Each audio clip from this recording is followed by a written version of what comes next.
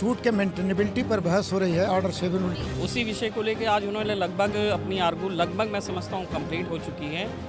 Plaint की reading की, उसमें उन्होंने जो भी 51 पैराग्राफ्स थे, मैं देखिए लीगल इश्यूज आपको बता रहा हूँ, जो भी 51 उसमें पैराग्राफ्स थे, उन पैराग्राफ्स का उन्होंने रीडिंग किया और उसके बाद उस पर अपने जो भी ऑब्जेक्शंस थे वो ऑब्जेक्शंस उन्होंने रेज किए। नमस्कार, आप देख रहे हैं द न्यूज़ 15 और मैं हूं आप सभी के साथ अंजलि राठौर। और इस वक्त मैं मौजूद हूं वाराणसी के जिला कोर्ट में, जहां पर काशी ज्ञानवापी विवाद की जो सुनवाई होनी थी आज यहां पर हो चुकी है। और इस सुनवाई के बाद जो है सभी वकील यहां पर बाहर आ चुके हैं। हिंदू पक्ष और मुस्लिम पक्ष के दोनों वकील यहां पर बाहर आ चुके हैं, जिसके बाद यहां पर 12 जुलाई की जो है तारीख यहां पर मिल चुकी है। अगली सुनवाई 12 तारीख को होनी थी।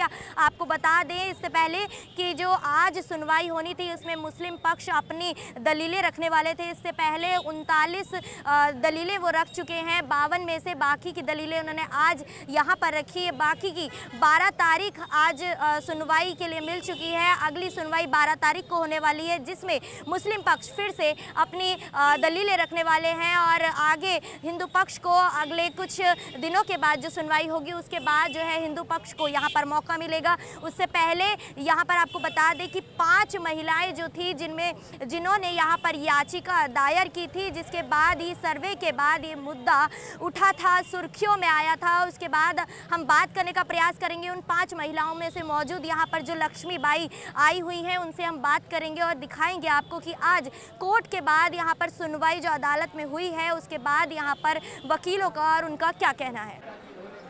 नियमित श्रृंगार गौरी के पूजन और वहां पर दर्शन की जो दावे कर रही हैं 5 महिलाएं, उनमें से जो राखी सिंह जो हैं उनके सीनियर काउंसलेट हमारे साथ मौजूद हैं।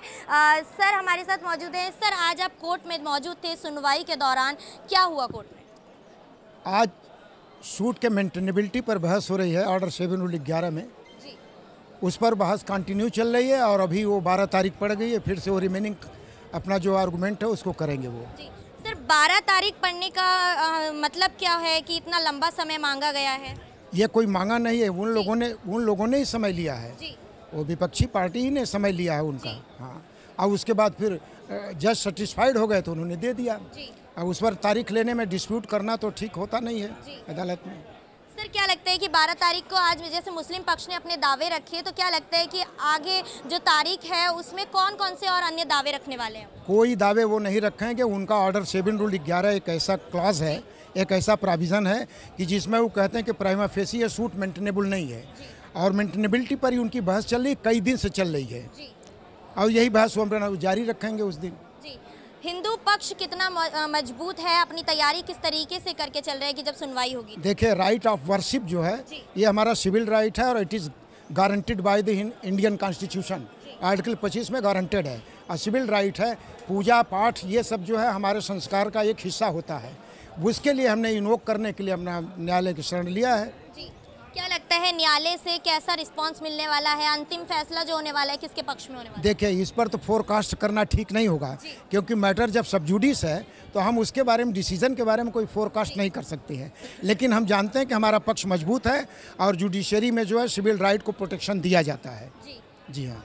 तो ये थे हमारे साथ जो राखी सिंह हैं, उनके सीनियर काउंसलेट, जिनसे हमने बातचीत करी और बताया आपको कि किस तरीके से आज अदालत में सुनवाई हुई और अगली तारीख जो है वो 12 तारीख मिली है।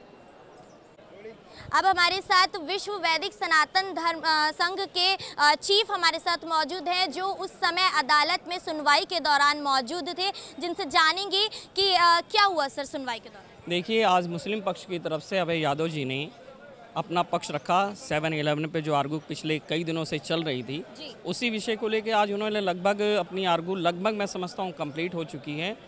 12 जुलाई की जो डेट रखी गई है, जो थोड़ी बहुत उनकी तरफ से अपनी आर्गू और रखनी है 12 जुलाई को होगी। उसके बाद हमारी तरफ से अपना पक्ष रखा जाएगा। सर, क्या लगता है 12 तारीख को भी वो इसी ही मुद्दे पर बात करने वाले हैं? देखिए, मुद्दा अभी 7/11 ही है। इसके अतिरिक्त तो अभी कोई और किसी विषय पर कोई चर्चा ही नहीं होनी है।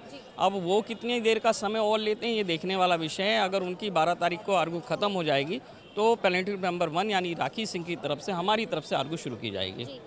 कितने बिंदुओं की जो दलीलें हैं वो मुस्लिम पक्ष दे चुके हैं? देखिए, उसमें 51 जो शूट में बिंदु थे वो लगभग आज सारे पूरे हो गए हैं और उसके बाद अब 12 तारीख को देखते हैं वो अपनी तरफ से और क्या नया वक्तव्य लेके आते हैं, ये 12 तारीख को देखा जाएगा। जी, आपका पक्ष कितना मजबूत है, किस तरीके से तैयारियां करके चल रहा है? देखिए, मुझे बताने की आवश्यकता इसलिए नहीं समझ है कि हमारा पक्ष इतना मजबूत है कि मैं समझता हूँ देश ही नहीं पूरी दुनिया देख रही है कहाँ से कहाँ पिछले 8 महीने में केस कहाँ से कहाँ पहुँच गया है।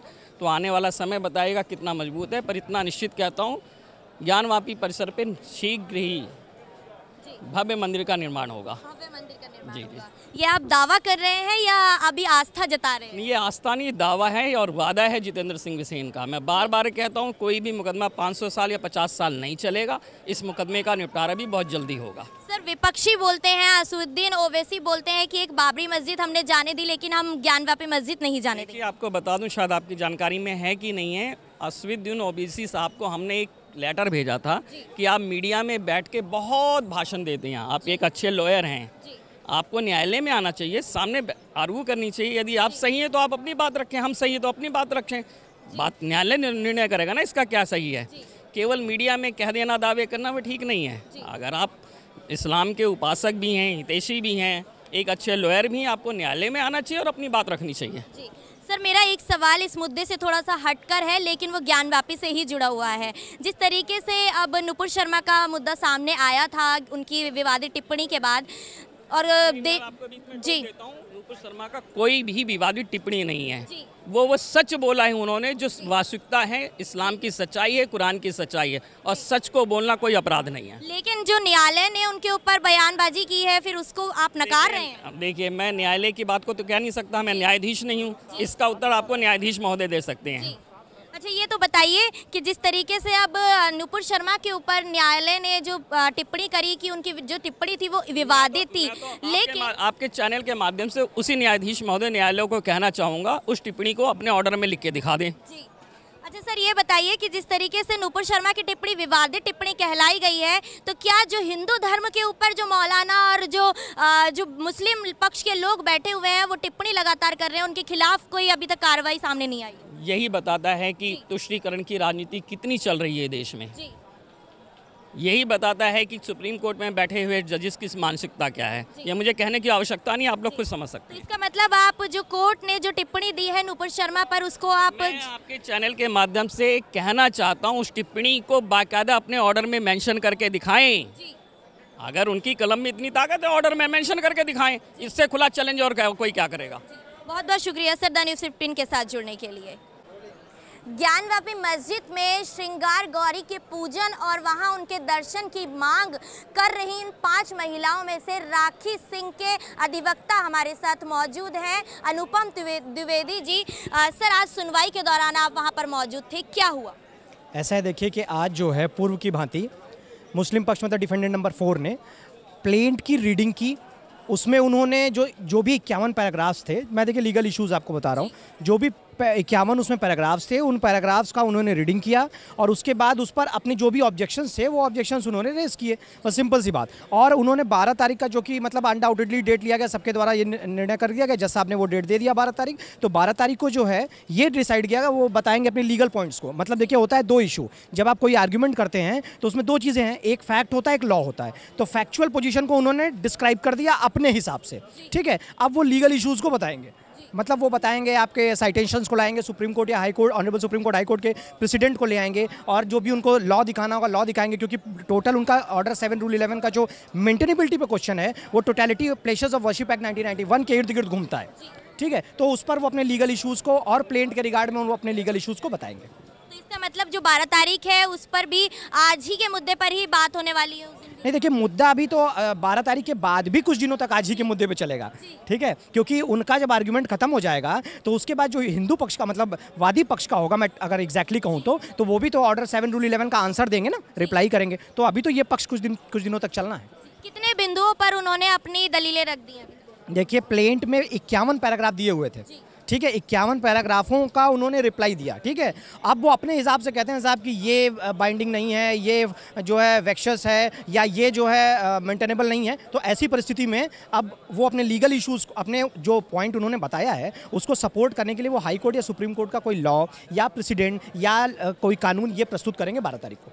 क्या लगता है कि अब दलीलें जब ख़त्म हो जाएंगी उसके बाद किस तरीके से जो न्यायालय है वो किस तरीके से जजमेंट देने वाले हैं, अपना किसके पक्ष में फैसला आने वाला है? देखिए अभी थोड़ा सा मैं यहाँ करेक्ट कर दूंगा आपको, इसको आप जजमेंट ना कहिए, इसको ऑर्डर कहिए, क्योंकि ऑर्डर 7 रूल 11 का जो निर्णय होगा वो अभी पोषणीयता के बिंदु पर है, ठीक है, मेंटेनेबिलिटी के बिंदु पर है। तो अभी फाइनल जजमेंट पर मत जाइए, अभी फाइनल जजमेंट में समय, वो पूरा ट्रायल चलेगा, एविडेंस आएगा, उसके बाद फाइनल जजमेंट होगा। क्या कितनी तैयारी आपके पक्ष की ओर से चल रही है? जी बिल्कुल, हम लोग तैयार हैं, वो अपना जिस मोमेंट खत्म करेंगे अगले मोमेंट हम अपना आर्गुमेंट शुरू कर देंगे वादी संख्या 1 की तरफ से। अच्छा, तो देख सकते हैं किस तरीके से जो राखी सिंह है उनके अधिवक्ता यहाँ पर किस तरीके से तैयार बैठे हैं कि कब उनकी यहाँ पर दलीलें शुरू हों और वो अपने जो प्रतिवादी पक्ष है उस पर अपना दावा बोलें।